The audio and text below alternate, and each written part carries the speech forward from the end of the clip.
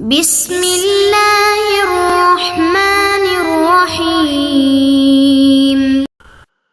بسم اللہ الرحمن الرحیم الحمد للہ والصلاة علی اہلہا عزیز طلبہ السلام علیکم ورحمۃ اللہ وبرکاتہ۔ شرح نما اول کتاب الصلاۃ درس نمبر 342 میں نماز جمعہ کے متعلق شہید ثانی کی حتمی رائے اور تحقیق پیش کی جائے گی۔ بقیہ واجب اور مستحب نمازوں کو بیان کیا جا رہا ہے۔ نماز جمعہ کے متعلق شہید ثانی کی تحقیق اور حتمی رائے پر پہنچے ہیں۔ شہید اول کی عبارت میں اجتماع کے امکان کی تعبیر کا معنی اور مفہوم بیان کیا جائے گا۔ متعلقہ نظریات اور روایات کا تذکرہ اور نماز جمعہ کے وجوب کے متعلق بحث کا خلاصہ بھی پیش کیا جائے گا۔ سب سے پہلے عبارت کو دیکھتے ہیں۔ شہید ثانی فرماتے ہیں وَلَوْلَا دَعْوَاهُمْ الْإِجْمَاعَ عَلَى عَدَمِ وُجُوبِ الْعَيْنِ لَكَانَ الْقَوْلُ بِهِ فِي غَايَةِ الْقُوَّةِ فَلَا أَقَلَّ مِنَ التَّخْيِيرِ مَعَ رُجْحَانِ الْجُمْعَةِ۔ اگر علماء اور فقہاء کا دعوی اجماع نہ ہوتا کہ وہ وجوب عینی کے نہ ہونے پر تمام علماء کا اجماع اور اتفاق کا دعویٰ کرتے ہیں، اگر یہ اجماع کا دعویٰ نہ ہوتا لَكَانَ الْقَوْلُ بِهِ فِي غَايَةِ الْقُوَّةِ، تو زمانہ غیبت میں نماز جمعہ کے واجب عینی ہونے کا نظریہ نہایت قوی اور مدلل اور محکم ہوتا۔ کیوں؟ چونکہ ہم نے اس سے پہلے قرآن کی آیت کی جو ہے دلالت دیکھی، اس میں نہایت ہی تاکید ہوئی تھی مومنین کو کہ جب جمعہ کے دن نماز کے لیے بلایا جائے تو جلدی سے اس کی طرف آؤ اور دنیاوی کام کاج اور معاملات اور خرید و فروخت کو چھوڑ دو کہ یہ تمہارے لیے بہتر ہے اگر تم اس کی حقیقت کو جانتے۔ اور اس میں وہ شرائط وغیرہ نہیں تھی جو علماء نے کہا کہ امام کے ساتھ ہو یا جناب اس کا اذن خاص یا عام ہو، بلکہ نماز جمعہ کو ہر علاقے میں قائم کرنا چاہیے۔ روایات میں ایسی کوئی شرط نہیں تھی، بلکہ تقریباً 200 تک روایات ہیں جن سے اس کی مسلسل تاکید ہی سنی اور دیکھی جاتی ہے۔ تو نماز جمعہ کے باقی جو آداب اور فضیلتیں ہیں وہ سب بھی اس کی اہمیت کی طرف لے جاتی ہیں کہ نماز جمعہ کے لیے آمادہ کرنا مقصود ہوتا ہے۔ فلا اقل من التخیر مع رجحان الجمعۃ، شہید ثانی فرماتے ہیں کہ اگر ہم وجوب عینی کے نظریے کو نہیں مانتے تو کم از کم واجب تخیری ہونے کو ماننا پڑے گا۔ مع رجحان الجمعۃ، واجب تخیری کے اب 2 مصداق اور 2 فرد ہوں گے، ایک نماز ظہر اور اس کی بجائے نماز جمعہ۔ تو شہید ثانی فرماتے ہیں کہ اگر ہم اس کو واجب تخیری کے حوالے سے ماننا کریں تو بھی نماز جمعہ رجحان رکھتی ہے، افضلیت رکھتی ہے نماز ظہر سے جمعہ کے دن۔ وَتَعْبِيرُ الْمُصَنِّفِ وَغَيْرِهِ بِإِمْكَانِ الْاجْتِمَاعِ يُرِيدُ بِهِ الْاجْتِمَاعَ عَلَى إِمَامٍ عَدْلٍ۔ شہید ثانی فرماتے ہیں کہ قرآن و سنت کی دلیلوں کی روشنی میں جمعے کا وجوب عینی ثابت ہوتا ہے، لیکن چونکہ ایک اجماع عدم وجوب عینی پر موجود ہے تو کم از کم ہم واجب تخیری کے قائل ہوں گے۔ تو شہید اول نے اپنی لمعہ میں اور دوسرے فقہا نے جمعہ کی بحث میں ایک شرط لگائی ہے بے امکان الاجتماع، یعنی مومنین کا اجتماع اور جمعے کے قیام کے لیے اکٹھ ہونا ممکن ہو۔ اس تعبیر سے وہ کیا مراد لیتے ہیں؟ تو شہید ثانی فرماتے ہیں اس تعبیر سے ان کی مراد یرید بہل اجتماع علی امام عدل، ایک عادل اور شریف اور تمام شرائط عدالت کو رکھنے والے امام جماعت کے ساتھ ان کا اجتماع ہونا ممکن ہو، یہ مراد لینا چاہتے ہیں۔ دوسری مراد نہیں ہے کہ جناب علی امام عادل کو آپ امام معصوم قرار دیں، یہ ان کی مراد نہیں ہے۔ فائدہ اور اس عبارت کا راز یہ ہے کہ وہ بتانا چاہتے ہیں کہ امام عادل کے ساتھ جمعے کی جماعت کو قائم کرنا ممکن ہو، لأن ذلك لم يتفق في زمن ظہور الائمة علیہم السلام غالبا۔ اس شرط کو لگانے کا فائدہ اور راز یہ تھا کہ وہ بتانا چاہتے تھے کہ ائمہ اہل بیت علیہ السلام کے حضور اور ظہور کے دور میں غالباً ایسا اجتماع اور ایسی جماعت نہیں ہوتی تھی، چونکہ نماز جمعہ کے قیام کو وہ جو مختلف قسم کے حکمران ہوتے تھے جن کو مثلا فاسق و فاجر یا مثلا امامیہ اپنی دانست میں اس کو ظالم سمجھتے تھے، تو وہ اگر جماعت کراتے تھے تو پھر وہ جماعت کافی شمار نہیں ہوتی تھی۔ یعنی بعض اوقات تو تاریخ نے اس دور کے جو پیش نماز باز تھے ان کے بارے میں لکھا کہ صبح کی نماز پڑھانے کے لیے پتہ نہیں کس حال میں آئے، شراب پی ہوئی تھی یا کیا اس کی حالت تھی کہ صبح کی نماز 4 رکعت پڑھا کے کہنے لگا کہ ابھی اور بھی پڑھاؤں یا کافی ہے۔ تو لوگ حیران ہو گئے کہ جناب یہ کیا کہہ رہا ہے کہ صبح کی نماز تو 2 رکعت ہوتی ہے۔ اسی طرح بعض اوقات نماز کے دوران اس نے الٹی کر دی، شراب کی بو آ رہی تھی، تو ایسے لوگوں کے ساتھ تو ظاہر ہے کہ وہ کافی نہیں ہوگی پھر نماز جمعہ اگر ان کے ساتھ پڑھی جائے۔ وَهُوَ السِّرُّ فِي عَدَمِ اجْتِزَائِهِمْ بِهَا عَنِ الظُّہْرِ، یہی راز تھا کہ ائمہ معصومین اس نماز جمعہ کو نماز ظہر کی بجائے کافی نہیں سمجھتے تھے،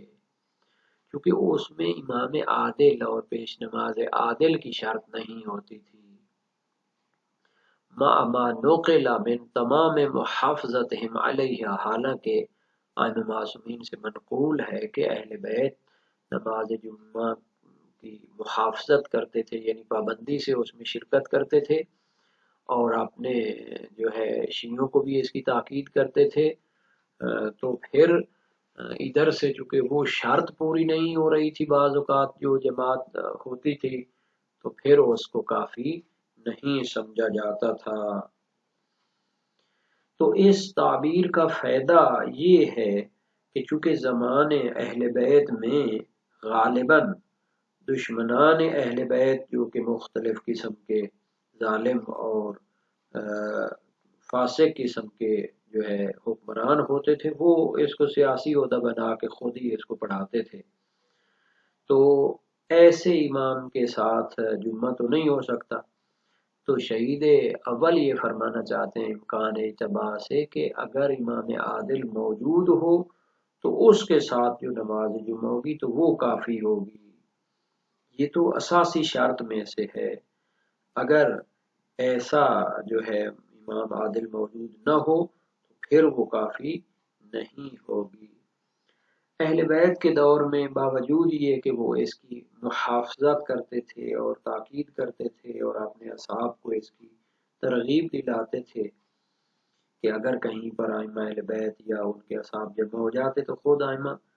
اس کو برپا کرتے، لیکن اکثر طور پر جو ہے خود ائمہ یا ان کے اصحاب دوسرے جو ہے ان کے جمعوں میں شریک ہوتے تھے، تو پھر اس کو کافی نہیں سمجھتے تھے۔ من ذالک سر الوہم،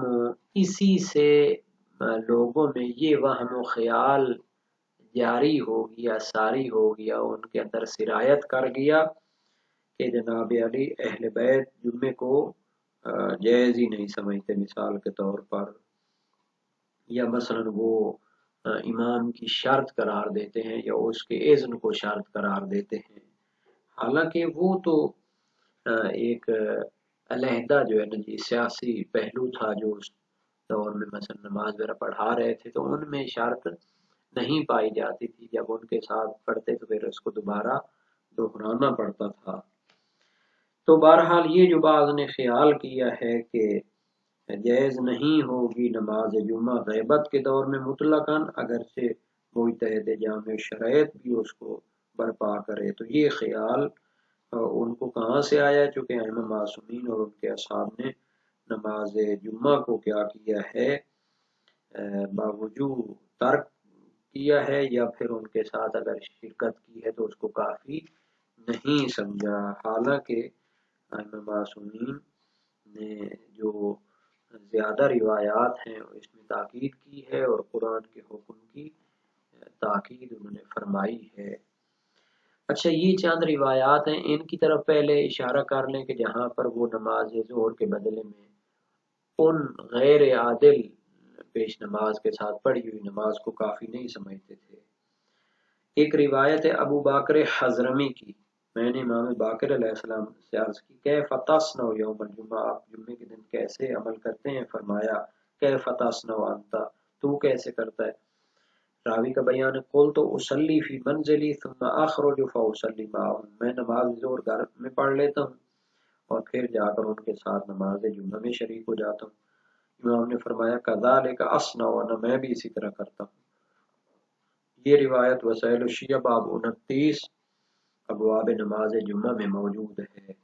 حمران بن آیون کوفی جلیل القدر فقیہ صحابی اور ماہر علوم قرآن وغیرہ تھے، تو یہ زرارہ کے بھائی بھی تھے۔ تو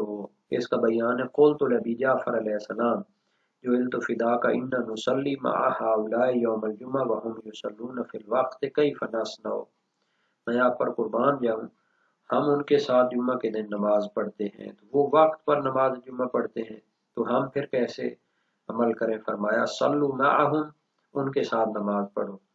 فخرج حمران الی زرارہ فقال له قد امرنا ان نصلی معہم بصلاتہم، حمران نے اپنے بھائی زرارہ بن آیون کو بتایا کہ ہمیں امام نے حکم دیا ہے کہ ہم انہی کے ساتھ نماز پڑھ لیں۔ زرارہ نے فرمایا ما یکون ھذا الا بتاویل، اس کا کوئی نہ کوئی راز رہا ہوگا، آپ اس کے ظاہر کو نہ لیں۔ فقال له حمران، تو عمران نے کہا قم حتی نسمع منہ، اٹھو بھائی جا کر امام سے پوچھتے ہیں۔ قال فدخلنا علیہ، راوی کا بیان ہے ہم امام کے پاس آئے۔ فقال له زرارہ، زرارہ نے کہا ان حمران اخبرنا عنک انک امرتنا ان نصلی معہم فانکرت ذلک، مجھے حمران نے آپ کی طرف سے خبر دی ہے کہ آپ نے انہیں حکم دیا ہے کہ ہم ان کے ساتھ نماز پڑھیں، تو میں نے اس کے بارے میں جو ہے نا سوال کیا ہے یا اعتراض کیا ہے۔ فقال لنا كان الحسین بن علی علیہ السلام یصلی معہم رکعتین فاذا فرغوا قام فاضاف الیہ رکعتین، امام حسین ابن علی علیہ السلام ان کے ساتھ 2 رکعت نماز پڑھتے اور جب وہ اس سے فارغ ہوتے تو امام اٹھ کر 2 رکعت اور اس کے ساتھ اضافہ کر دیتے۔ یہ بھی اسی باب میں ہے۔ صحیح ہے، زرارہ بن آیون کوفی ہے امام باقر علیہ السلام سے ان اناسا رووا عن امیر المومنین علیہ السلام انہ صلی 4 رکعات بعد الجمعہ لم یفصل بینہن بتسلیم، کہ لوگوں نے امام امیر المومنین سے روایت کی ہے کہ آپ جمعہ کے بعد 4 رکعت نماز پڑھتے اور ان کے درمیان میں سلام کا فاصلہ نہ ڈالتے تھے۔ فقال یا زرارۃ ان امیر المومنین علیہ السلام صلی خلف فاسق فلما سلم وانصرف قام امیر المومنین فصلی 4 رکعات لم یفصل بینہن بتسلیم۔ اے زرارہ، امیر المومنین نے کسی جگہ مثلا فاسق کسی پیش نماز کے ساتھ نماز پڑھی تو جب اس نے سلام کیا اور ختم کیا تو امیر المومنین نے اٹھ کر 4 رکعتیں پڑھی اور ان کے درمیان میں فاصلہ نہیں دیا۔ تو کسی نے کہا یا ابا الحسن صلیت 4 رکعات لم تفصل بینہن، آپ نے 4 رکعتیں پڑھ دی ہیں اور ان میں فاصلہ نہیں ڈالا۔ فقال انہا 4 رکعات مشبہات، یہ 4 رکعتیں مشابہ ہیں۔ فسکت، اور خاموش ہوئے۔ فواللہ ما عقل ما قال له، تو خدا کی قسم اس نے امام کی مراد کو سمجھا نہیں ہے۔ تو یہ روایت بھی اسی باب میں ہے۔ آخری سے اگرچہ صریحاً یا ظاہراً سمجھا جاتا ہے کہ امام جمعہ کے فسق کی وجہ سے جمعہ جو ہے نا کافی نہیں ہوگی، مگر شہید ثانی یہ ان روایات سے استدلال کرنا چاہتے ہیں کہ ظہر کو انجام دینا یہ جمعہ کے امام اور پیش نماز کے فسق کی وجہ سے ہے، نہ یہ کہ جمعہ اصلاً امام یا اس کے نائب کے ساتھ مشروط ہو گیا ہے۔ اسی لیے وہم کو نسبت دی ہے اس شخص کی طرف جو ظہر کو انجام دینا وہ کیا کہتا ہو کہ جمعہ جو ہے وہ مشروط ہے امام کے ساتھ، اس وجہ سے ظہر کو پڑھنی پڑتی ہے، حالانکہ صحیفہ سجادیہ وغیرہ کی دعا اور حدیثوں میں ہے کہ جمعہ کیا ہوتا ہے امام کے منصب میں سے ہے، تو اس کا وجوب عینی اس کے ساتھ مشروط ہوگا۔ اب تک کی جو بحث ہے اس کے خلاصہ پیش کرتے ہیں کہ قدماء کے درمیان کوئی اختلاف نہیں تھا کہ جمعہ جو ہے نا وہ امام معصوم یا اس کے نائب کے ساتھ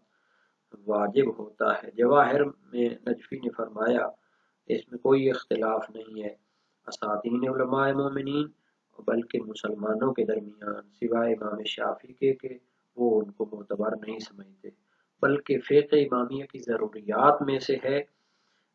کہ اگر اس کے مذہب کی ضروریات میں سے نہ ہو،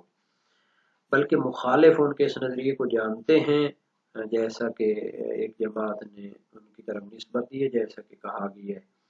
اس پر اجماع کا دعویٰ کیا گیا جیسا کہ ایک جماعت سے ہے، اور نبی اکرم جو ہے جمعہ کے لیے آئمہ جمعہ کو معین فرماتے تھے، جیسے کہ قاضیوں کو، اور باقی زمانوں میں بھی یہ سلسلہ چلتا رہا، اور یہ دلیلیں موجود ہیں کہ جمعہ مناسب امامت میں سے ہے، جیسا کہ قضاوت اور حدود اسی کے منصب میں سے ہے۔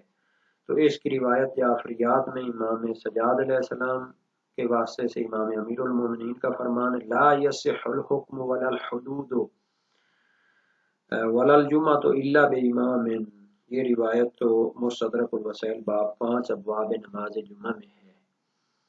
اور دائم کی بھی روایت امام علی علیہ السلام سے اسی طرح، اور جواہر میں ہے کہ اشعثیات سے مروی ہے کہ جمعہ و حکومت امام مسلمین کے لیے ہے۔ رسالہ فاضل بن اسفور میں مرسلہ طور پر نقل ہے کہ جمعہ لنا والجماعت لشیعتنا، اسی طرح ان سے منقول ہے لنا الخمس ولنا الانفال ولنا الجمعۃ ولنا صف المال، اور مشہور نبوی بھی ہے کہ 4 چیزیں والیوں کے لیے فی حدود صدقات اور جمعہ۔ دائم کی روایت لا جمعۃ الا مع امام عادل تقی، اور عروس کتاب ہے جعفر بن احمد امی کی امام باقر علیہ السلام سے صلاۃ یوم الجمعہ فریضہ والاجتماع الیہ فریضہ مع الامام، مستدرک الوسائل باب 5 میں یہ ساری چیزیں موجود ہیں۔ اور یہ روایت اگرچہ ضعیف و سند مرسلہ ہونے کی وجہ سے، لیکن ان کا جبران باقی دلیلوں سے ہوتا ہے، اور صحیفہ سجادیہ کی دعا نمبر جو ہے یوم الجمعہ جو ہے، اور ثانی العیدین اللہم ان ھذا المقام مقام لخلفائک واصفیائک ومواضع امنائک فی درجۃ الرفیع التي اختصصتهم بها قد ابتزوها وانت المقدر لذلك، یہاں تک کہ حتی عاد صفتک وخلفاؤک مغلوبین مقہورین مبتزین یرون حکمک مبدلا وکتابک منبوذا۔ صحیح محمد بن مسلم سقفی کوفی امام باقر علیہ السلام سے ہے تاجب الجمعۃ علی 7 نفر من المسلمین ولا تاجب علی اقل منهم الامام وقاضیہ والمدعی حقا والمدعی علیہ والشاہدان والذی یضرب الحدود بین یدی الامام یضرب الحدود۔ باب 5 وسائل الشیعہ میں یہ حدیث موجود ہے۔ آخری سے معصوم امام کی وجوب جمعہ میں شرط سمجھی جاتی ہے، بقیہ روایات جو جن سے اشتراط سمجھا جاتا ہے تو وہ امام جماعت کے ساتھ جو ہے نا وہ ظہور رکھتی ہیں، جو امام معصوم سے عام ہے۔ شہید ثانی نے ایک مستقل رسالہ لکھا تھا صلاۃ جمعہ میں، اور اس میں وجوب عینی کا نظریہ اختیار کیا، اور حضور امام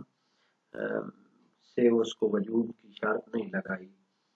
سید المدارک اور فیض کاشانی اور اعتماد نے بھی اسی طرح سے استدلال کیا اور روایات سے اور تواتر کا دعویٰ کیا۔